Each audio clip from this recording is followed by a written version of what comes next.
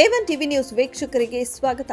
ಕಾರ್ಮಿಕರು ದೇಶದ ಬೆನ್ನೆಲುಬು. ಕಾರ್ಮಿಕರ ದಿನಾಚರಣೆ ಕೇವಲ ಹೆಸರಿಗೆ ಮಾತ್ರ ದಿನಾಚರಣೆ ಆಗಬಾರದು. ಸಮಾಜದಲ್ಲಿ ಸಂಘಟಿತ ಮತ್ತು ಅಸಂಘಟಿತ ಕಾರ್ಮಿಕ ವರ್ಗವಿದೆ. ಸಂಘಟಿತ ಕಾರ್ಮಿಕ ವರ್ಗಕ್ಕೆ ನಿಯಮಗಳ ಅಡಿಯಲ್ಲಿ ಕ್ಷೇಮಾಭಿವೃದ್ಧಿ ಹಾಗೂ ಇತರೆ ಸೌಲಭ್ಯಗಳ ಬಗ್ಗೆ ಸರ್ಕಾರ ಕಾರ್ಯಕ್ರಮಗಳನ್ನು ರೂಪಿಸಿದೆ. ಅಸಂಘಟಿತ ಕಾರ್ಮಿಕರ ಸಮಸ್ಯೆಗಳು ಹೆಚ್ಚಾಗಿ ಕಾಡುತ್ತಿವೆ ಎಂದು ಉನ್ನತ ಶಿಕ್ಷಣ ಸಚಿವ ಡಾಕ್ಟರ್ ಎಂಸಿ ಸುಧಾಕರ್ ಅಭಿಪ್ರಾಯಪಟ್ಟರು. ನಗರದ ತಾಲೂಕು ಪಂಚಾಯಿತಿ ಸಭಾಂಗಣದಲ್ಲಿ ಸ್ವಾಭಿಮಾನಿ ಕರ್ನಾಟಕ ಕಟ್ಟಡ ಕಾರ್ಮಿಕರ ಸಂಘವು ರಾಜ್ಯ ಮಾನವ ಹಕ್ಕುಗಳ ಸಮಿತಿಯ ಸಹಯೋಗದೊಂದಿಗೆ ಹಮ್ಮಿಕೊಂಡಿದ್ದ ಕಾರ್ಮಿಕ ದಿನಾಚರಣೆಯನ್ನು ಉದ್ಘಾಟಿಸಿ ಮಾತನಾಡಿದರು. ಅಸಂಘಟಿತ ಕಾರ್ಮಿಕ ವರ್ಗದ ಅಡಿಯಲ್ಲಿ 26 ಕಸುಬುಗಳ ಕಾರ್ಮಿಕರ ಪಟ್ಟಿ ಈಗ 91ಕ್ಕೆ ಏರಿದೆ. ಯಾವ ವೃತ್ತಿಯನ್ನ ಬಿಡದೆ ಎಲ್ಲಾ ಪಾರಂಪರಿಕ ವೃತ್ತಿಗಳಲ್ಲಿರುವ ಎಲ್ಲರನ್ನ ಸೇರಿಸಲಾಗಿದೆ. ಪರಿಶಿಷ್ಟ ಜಾತಿ, ಪರಿಶಿಷ್ಟ ಪಂಗಡ, ಹಿಂದುಳಿದ ವರ್ಗಗಳ ಎಲ್ಲರನ್ನ ಒಳಗೊಂಡಿದೆ. ಹೊಸದಾಗಿ ಜೀತ ಕಾರ್ಮಿಕರ ವಿಮಾ ಯೋಜನೆ ಇದೆ. ಬಹುರಾಷ್ಟ್ರೀಯ ಕಂಪನಿಗಳ ವ್ಯವಸ್ಥೆಯಲ್ಲಿ ಮನೆಗಳಿಗೆ ವಸ್ತುಗಳ ತಲುಪುವ ವ್ಯವಸ್ಥೆಯಲ್ಲಿ Amazon, Big Basket, Blinkit, Flipkart ಮತ್ತಿತರ ಸಂಸ್ಥೆಗಳಲ್ಲಿ ಕೆಲಸ ಮಾಡುತ್ತಿದ್ದವರಿಗೂ ಸರ್ಕಾರ ಸೌಲಭ್ಯಗಳನ್ನು ರೂಪಿಸಿವೆ ಎಂದರು.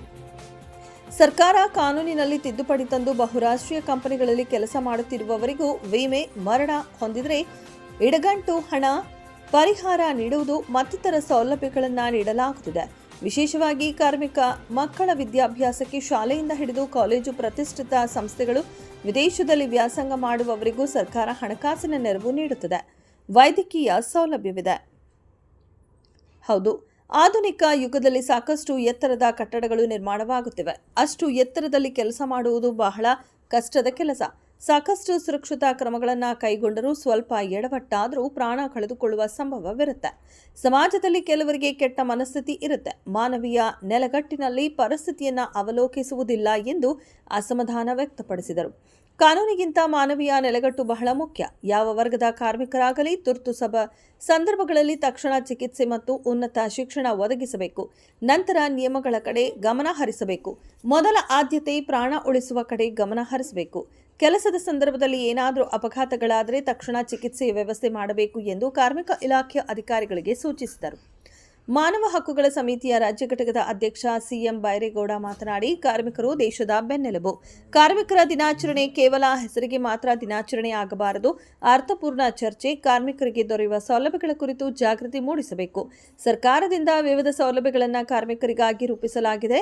ಕಾರ್ಮಿಕ ಸಂಘಟನೆಗಳ ಸೌಲಭ್ಯಗಳನ್ನು ಕಾರ್ಮಿಕರಿಗೆ ತಲುಪುವಂತೆ ನೋಡಿಕೊಳ್ಳಬೇಕು ಎಂದು ತಿಳಿಸಿದರು. ಕಾರ್ಯಕ್ರಮದಲ್ಲಿ 116 ಜನ ಕಾರ್ಮಿಕರಿಗೆ ಸುರಕ್ಷತಾ ಕಿಟ್ ವಿತರಿಸಲಾಯಿತು. ಕಾರ್ಮಿಕರ ಮಕ್ಕಳಿಗೆ ಪ್ರತಿಭಾ ಪುರಸ್ಕಾರ ಹಾಗೂ ಹಿರಿಯ ಕಾರ್ಮಿಕರಿಗೆ ಸನ್ಮಾನ ಮಾಡಲಾಯಿತು.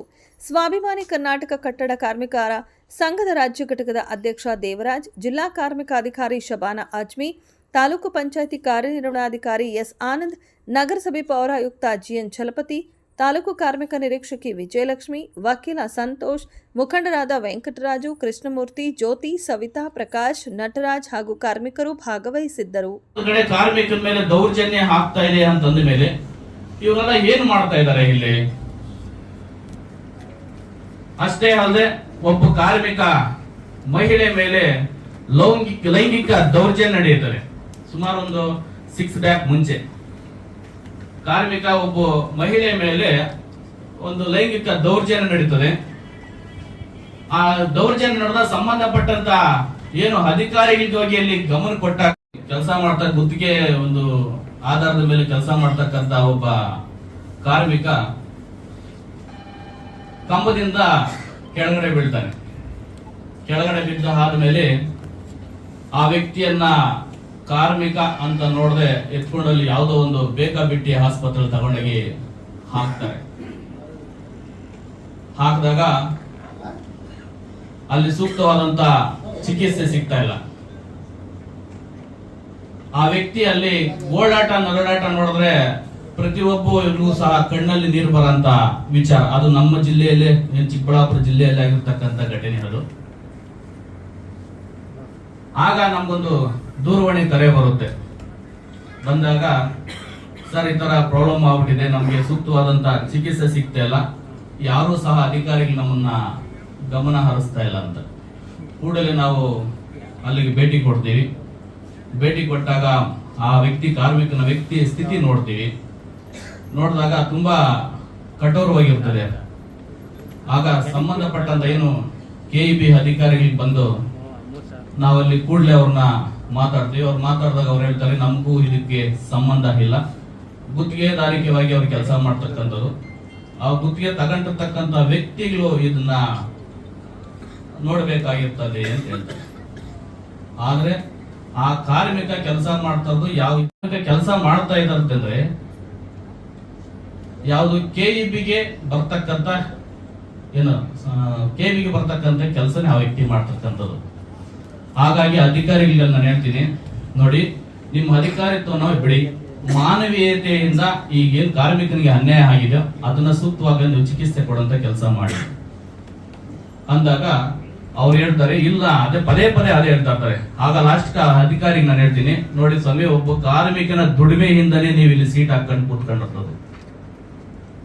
ಏನ್ರಿ, ಕಾರ್ಮಿಕ ದುಡಿತಾ ಇದ್ದಾನೆ, ಆ ದುಡಿಮೆಯಿಂದನೇ ನಿಮ್ಗೆ ಇಲ್ಲಿ ಸೀಟು, ಈ ಸೀಟ್ ಕೂತಿರ್ತಕ್ಕಂಥ ಒಂದು ಪದವಿ, ಅದಕ್ಕೆ ನೀವು ಒಬ್ಬ ಅಧಿಕಾರಿ. ಆ ಕಾರ್ಮಿಕನಿಗೆ ಸೂಕ್ತವಾದ ಚಿಕಿತ್ಸೆ ಸಿಗ್ತಾ ಇಲ್ಲ ಅಂತ ಮೇಲೆ ಅಧಿಕಾರಿಗಳು ನೀವೇನಕ್ಕಿದ್ರೆ ಇಲ್ಲಿ ಅಂತೂ ಒಂದು ಇದ್ರ ವಿಚಾರವಾಗಿ ನಾವು ದೊಡ್ಡದಾಗಿ ಧ್ವನಿ ಎತ್ತಬೇಕಾಗುತ್ತೆ ಅಂತ ಕೇಳಿ ವಾರ್ನ್ ಮಾಡಿದ ಕೂಡಲೇ ಸಂಬಂಧಪಟ್ಟಂತವ್ರು ಇಮಿಡಿಯೇಟ್ಲಿ ಬಂದು ಏನು ಜಿಲ್ಲಾ ಆಸ್ಪತ್ರೆ ಯಾವ ವ್ಯಕ್ತಿ ಇದ್ರು ಜಿಲ್ಲಾ ಆಸ್ಪತ್ರೆ ಸ್ಟೇಟ್ಮೆಂಟ್ ಏನ್ ಬಂದಿದೆ ಅಂದ್ರೆ ಇಲ್ಲ ರೆಸ್ಟ್ ತಗೊಂಡ್ರೆ ಸಾಕು ಅಂತ ಜಿಲ್ಲಾ ಆಸ್ಪತ್ರೆ ಸ್ಟೇಟ್ಮೆಂಟ್ ಬಂದಿದೆ. ಆ ವ್ಯಕ್ತಿನ ನಿನ್ನೆ ಕೂಡಲೇ ನಿನ್ನೆ 2:30 ಸಮಯದಲ್ಲಿ ಬಾಪಿಸ್ಟ್ ಹಾಸ್ಪಿಟಲ್ಗೆ ಶಿಫ್ಟ್ ಮಾಡ್ತಾರೆ. ಅಲ್ಲೇ ಶಿಫ್ಟ್ ಮಾಡಿದಾಗ ಎಲ್ಲ ಪರಿಶೀಲನೆ ಮಾಡಿದಾಗ ಆ ವ್ಯಕ್ತಿಗೆ ಬೆನ್ನು ಮೂಳೆ ಈಗಾಗಲೇ ಕಟ್ ಆಗಿದೆ ಅಂತ ಕೇಳಿ ಬಂದಿದೆ.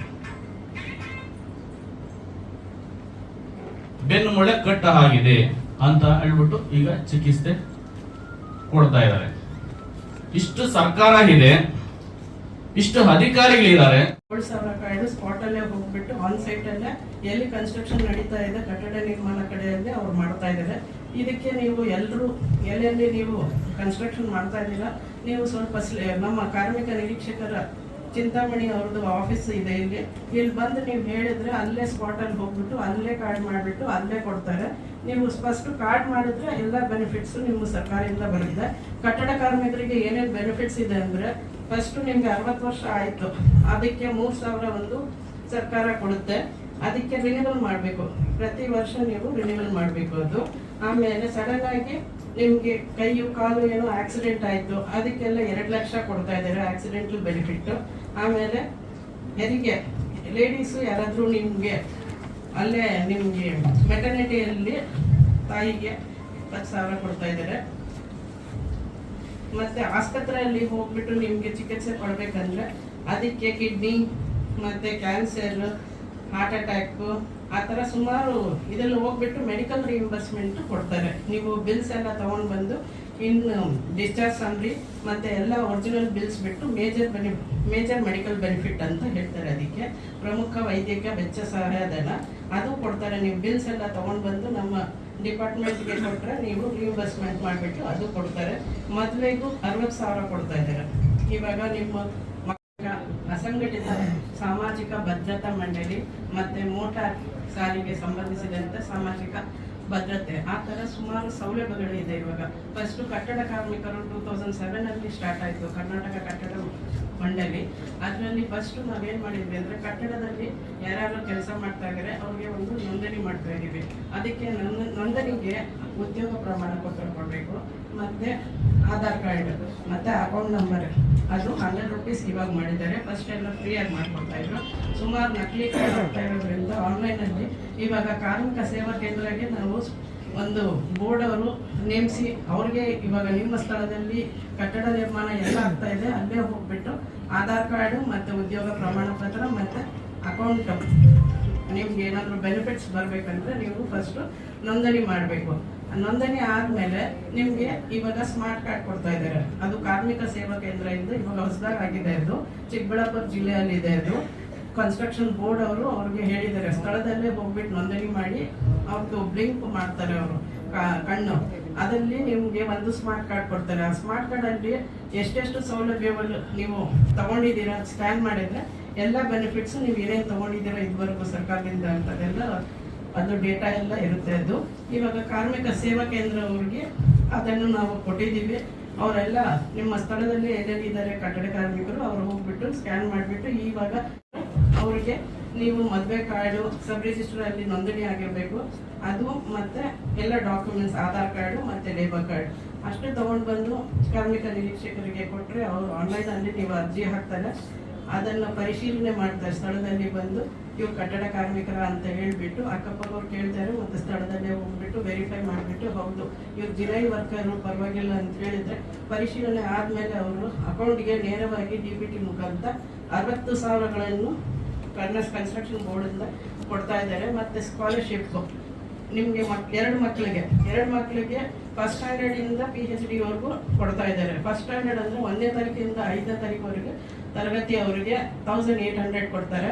6ನೇ ತರಗತಿಯಿಂದ 8ನೇ ತರಗತಿವರೆಗೂ 2400 ಕೊಡ್ತಾರೆ. ಆ ಥರ ಸುಮಾರು 15,000 40,000 ಆ ಥರ ಪ್ರೊಫೆಷನಲ್ ಕೋರ್ಸ್ ಹೋದ್ರೂ 25,000 ಆ ಥರ ಸುಮಾರು ಎಜುಕೇಶನಲ್ ಬೆನಿಫಿಟ್ ಸಹ ಇದೆ. ಅದಕ್ಕೆ ನೀವು ದಯವಿಟ್ಟು ಯಾರು ಅರ್ಹರಿದ್ದಾರೆ ಅವರು ಮಾತ್ರ ಇದನ್ನ ನೀವು ಅಪ್ಲೈ ಮಾಡಿ.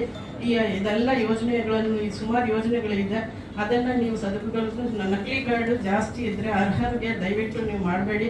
ಒರಿಜಿನಲ್ ಕಟ್ಟಡ ಕಾರ್ಮಿಕರು ಯಾರಿದ್ದಾರೆ ಮಾತ್ರ ಇದನ್ನ ಅಪ್ಲೈ ಮಾಡಿಬಿಟ್ಟು ಇದನ್ನ ಯೂಸ್ ಮಾಡ್ಕೊಳ್ಳಿ ಅಂತ ನಾನು ವಿನಂತಿಸುತ್ತೇನೆ.